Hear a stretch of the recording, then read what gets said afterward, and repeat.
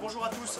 Moi quand je suis arrivé, il y avait des MTA en bois, 3 mm 6 plis, de cette forme-là, Winseller. Alors je dis de cette forme-là, pas en cette matière-là, parce que là c'est un Winseller en carbone. Okay, ça marchait moyennement bien. Voilà, on se battait avec ça, on faisait 22 secondes, 35 secondes. Voilà, quand ça passait les 30 secondes, c'était déjà sympa. Voilà. Moi j'ai commencé avec ça en compétition.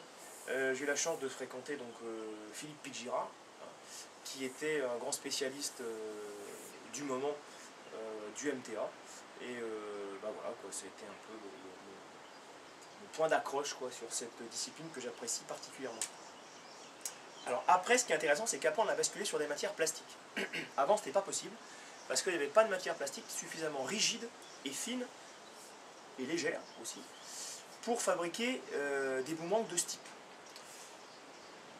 Moi, la première forme que j'ai vu arriver, c'est cette forme-là, dont je ne connais pas le nom, qui est une forme de Volker Behrens, qu'on peut encore acheter, peut-être, j'espère, peut-être, je dis ça, je me trompe peut-être, mais en ligne sur le site de Volker Behrens ou sur le site de Fox, qui est un excellent shape. Voilà, moi, c'est avec ça que j'ai commencé. D'autres lanceurs ont commencé avec ça et ont trafiqué ça. Eugène Sinal, enfin ouais, des gens comme ça qui lancent encore, quelquefois qu'on rencontre. Ces modèles étaient faits en bakélite de 2 mm, ils étaient assez lourds, mais c'était des boomerangs qui allaient particulièrement loin. Donc ça changeait par rapport au boomerang bois où on avait des portées de 25-30 mètres maximum. Et souvent ça faisait des courbes ascendantes très très vite. Et on les couchait, hein, on les lançait pas trop verticales ni en négatif. À cette époque-là on ne parlait pas de négatif, mais c'est avec ces shapes-là et cette matière-là qu'on a commencé à lancer des boomerangs vraiment très très hauts et négatifs. Moi, c'est avec ça que je me suis éclaté. C'était vraiment une révolution par rapport à ce qui existait, quoi. Et ça donnait un champ d'expérimentation absolument extraordinaire. Vous pouvez encore le faire. Celui-là ayant 1 mm 5, ça marche furieusement bien. Les réglages, très simples. Alors, les profils, c'est l'enfance de l'art, puisqu'à l'époque, on ne faisait pas de choses fuselées, on ne se cassait pas la tête à gratter au cutter. Tout ça, ça sortait assez brut, et ça n'empêchait pas le boomerang de fonctionner très très bien. On montait les pales, comme ceci, hein, vraiment les bouts de pales, les derniers centimètres des pales, voilà, et ça suffisait à avoir un boomerang qui planait relativement. Toujours en bakélite. Günther Müller, lanceur allemand, très très connu, voilà, impliqué dans les Coupes du Monde, dans l'organisation de plein de choses, dans les règles et autres. Très bon boomerang, le PAF 3, hein, qui peut se réaliser encore. On a une pale beaucoup plus longue, donc un arbre de levier si on lance par cette pale-là qui est très très grand.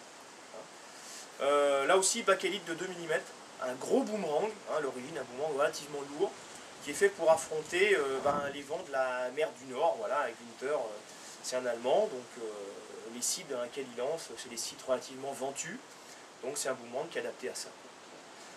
Ça marchait furieusement bien aussi. À cette même époque, Fridolin Frost a développé un boomerang un peu plus compact, à mon avis beaucoup plus performant, qui lance encore, d'ailleurs dans de la baquet de 2 ou dans des épaisseurs inférieures maintenant, et puis travailler en dessous un petit peu différemment aussi, mais c'est le Highlander. Voilà, je vous conseille de faire ce boomerang là, c'est un excellent boomerang aussi. Alors au début évidemment il y avait des dièdres comme ceci, sur les bouts de pale aussi, je pense que c'est ce qui fait encore. Voilà. Très bon shape aussi. Sur le shape de Behrens, donc sur ce shape là, moi j'avais développé une forme un peu alternative, dans le même gabarit, hein, ça tient sur un format A4, tout ça, un peu plus carré, avec un coude un peu plus carré. Moi j'ai lancé ça pendant longtemps. C'est un shape que j'ai appelé le Strato, hein, il figure aussi, il est un peu moins technique que le Behrens, il autorise un peu plus les erreurs, j'entends par là qu'il peut tolérer des jets un petit peu plus ouverts, légèrement plus à plat. Okay. Et moi dessus j'avais adapté des profils beaucoup plus fuselés. Hein, je ne me contentais pas simplement de passer un coup de lime là pour matérialiser un bord de fuite, j'allais un peu plus loin, ce qui donnait une qualité de plané supérieure. On va passer à autre chose. Les années 90, 80, même avant 90, ont donné lieu à des élucubrations fantastiques. Alors non seulement ce sont des élucubrations, mais ça donne des objets super chouettes. Hein. Kim Galeazzi, un lanceur suisse, a développé ces formes-là, le foot, Et puis il y en avait un autre que j'ai pas fait, donc ça je te rappelle ce sont des copies que j'ai faites moi, grâce au plan sur le net. Donc les échelles sont pas forcément super respectées par rapport aux originaux, mais ça vous donne une idée d'échelle. Donc ça marche encore très très bien. Hein, vous pouvez vous amuser avec ces formes-là, c'est très très sympa. Une autre forme révolutionnaire aussi, à l'époque, c'était un peu, voilà, c'était un peu le truc qui marchait fort. Le Snake, d'un lanceur suédois, M. Wahlberg, qui avait créé aussi une forme d'oscirande assez révolutionnaire, très compacte. Alors, pourquoi ces formes et pourquoi ce bras de levier? Parce que Ola Wahlberg, à l'époque, avait un problème de bras, d'épaule, et ce qui nécessitait d'adapter ses chefs de boomerang à son lancer. Voilà, il avait perdu un peu de puissance au niveau de l'épaule, donc c'est un boomerang qui est excellent aussi pour les gens qui lancent pas fort, voire pour les enfants, et pour les filles aussi, pourquoi pas. Hein. À l'époque, il était en 2 mm, baquet 2 mm. Il est vite passé à une version un peu plus petite, un peu plus compacte, parce que c'était l'époque où il y avait le choix entre les bakélite, hein, les bakélites plus fines qui arrivaient et plus denses. Donc voilà, il s'est adapté aux matériaux. Il avait sorti donc 2 versions, une version longue, une version courte. La version compacte me paraît moi plus adaptée aujourd'hui. C'est un boomerang qui se lançait, qui se lance aussi maintenant, parce qu'il n'y a pas énormément de dièdre au-dessus, hein, c'est pas un boomerang qui est vraiment galbé comme ça, hein. Quand on le pose sur le marbre, on constate que il n'y a pas des dièdres terribles. Il se lance un petit peu plutôt comme un oscillant.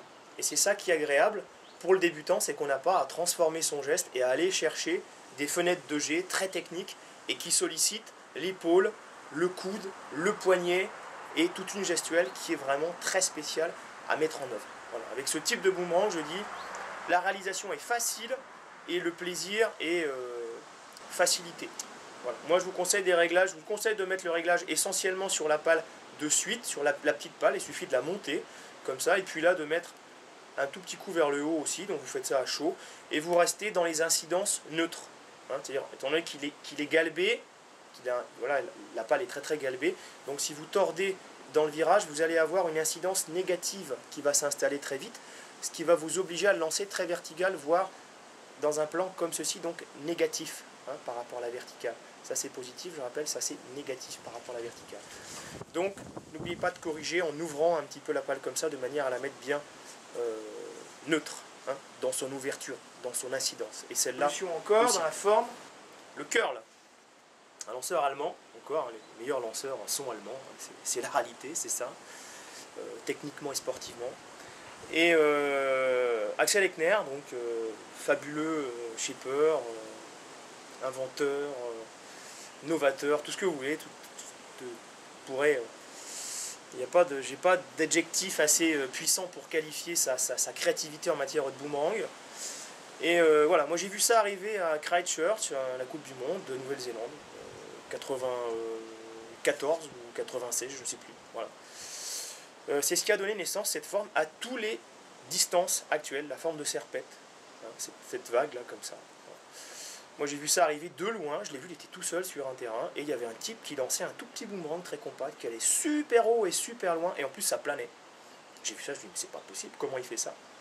Je me suis approché, j'ai regardé, il me l'a mis entre les mains aussitôt, j'ai essayé et j'ai été conquis. Ça aussi, c'est une forme très simple à faire, très peu de bords d'attaque, vous voyez, très peu de bords de fuite. Tout ça, on peut même faire des bords d'attaque et des bords de fuite quasi symétriques, je dirais. Donc on peut simplement donc arrondir, hein, un côté à un autre pour ne pas se blesser.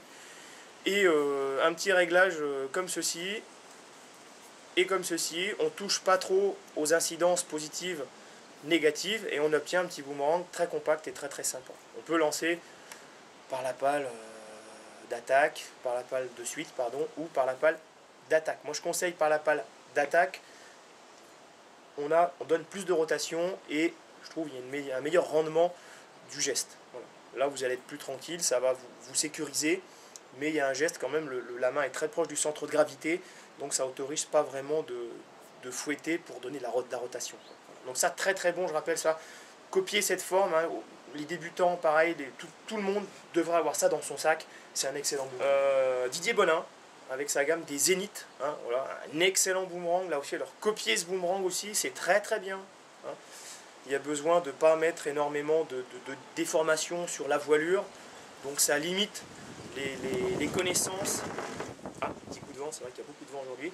Ça limite les connaissances à avoir en matière d'effet, hein, de ce que ça peut vous donner si on va tordre d'une manière ou d'une autre le boomerang. Et ça limite aussi les pertes, parce que les boomerangs sont des boomerangs qu'on perd énormément, évidemment, d'une part parce qu'ils planent, qu'ils peuvent planer, et qu'ils peuvent s'égarer dans le champ derrière vous, dans la forêt, ou sur les autoroutes ou autres. Hein.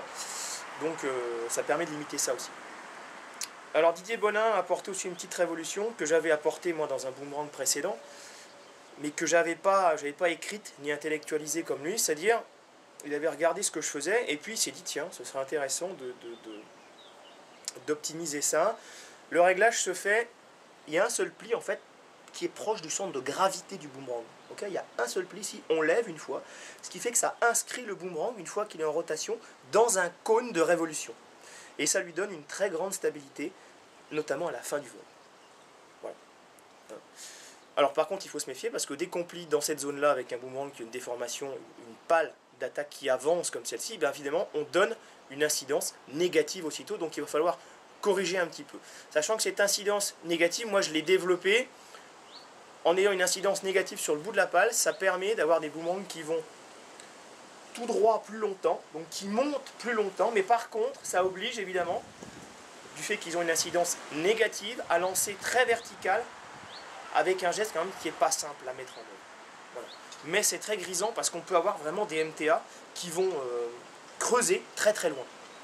Et donc plus ils creusent, je rappelle, plus ils vont se laisser le temps de monter, ils vont ensuite prendre appui sur le virage, et dès qu'ils vont prendre appui sur le virage, eh bien la montée va un petit peu se tarir, hein, puisque l'énergie va se dissiper un petit peu pendant le virage, donc on a moins de pêche, donc c'est intéressant de tout de suite satelliser durant sa trajectoire ascendante jusqu'à son apogée, le MTA. C'est pour ça que ce petit coup de négatif est très utile. Alors les MTA, évidemment, ça peut se percer aussi, là je le dis entre parenthèses, je ne rentrerai pas dans le sujet, mais on peut percer des trous à partir de jusqu'à on va dire 5-6 mm, hein, ça ne va pas gêner la rotation. Alors évidemment, percez pas sur l'arbre central, là, parce que si vous lancez par là, vous allez fragiliser le boomerang. Percez plutôt au coude, c'est sympa, et puis en bout de pale. Hein, ça vous donne un excellent grip. Si vous percez un petit trou de 4 mm en bout de pale, ça ne fait pas grand chose au niveau du vol, hein, et ça vous donne de la sérénité. Le boomerang, ça évite qu'il bascule trop, qu'il rentre dans des autorotations un peu bizarres, et qui... Voilà. Hein. Sur ce, voilà.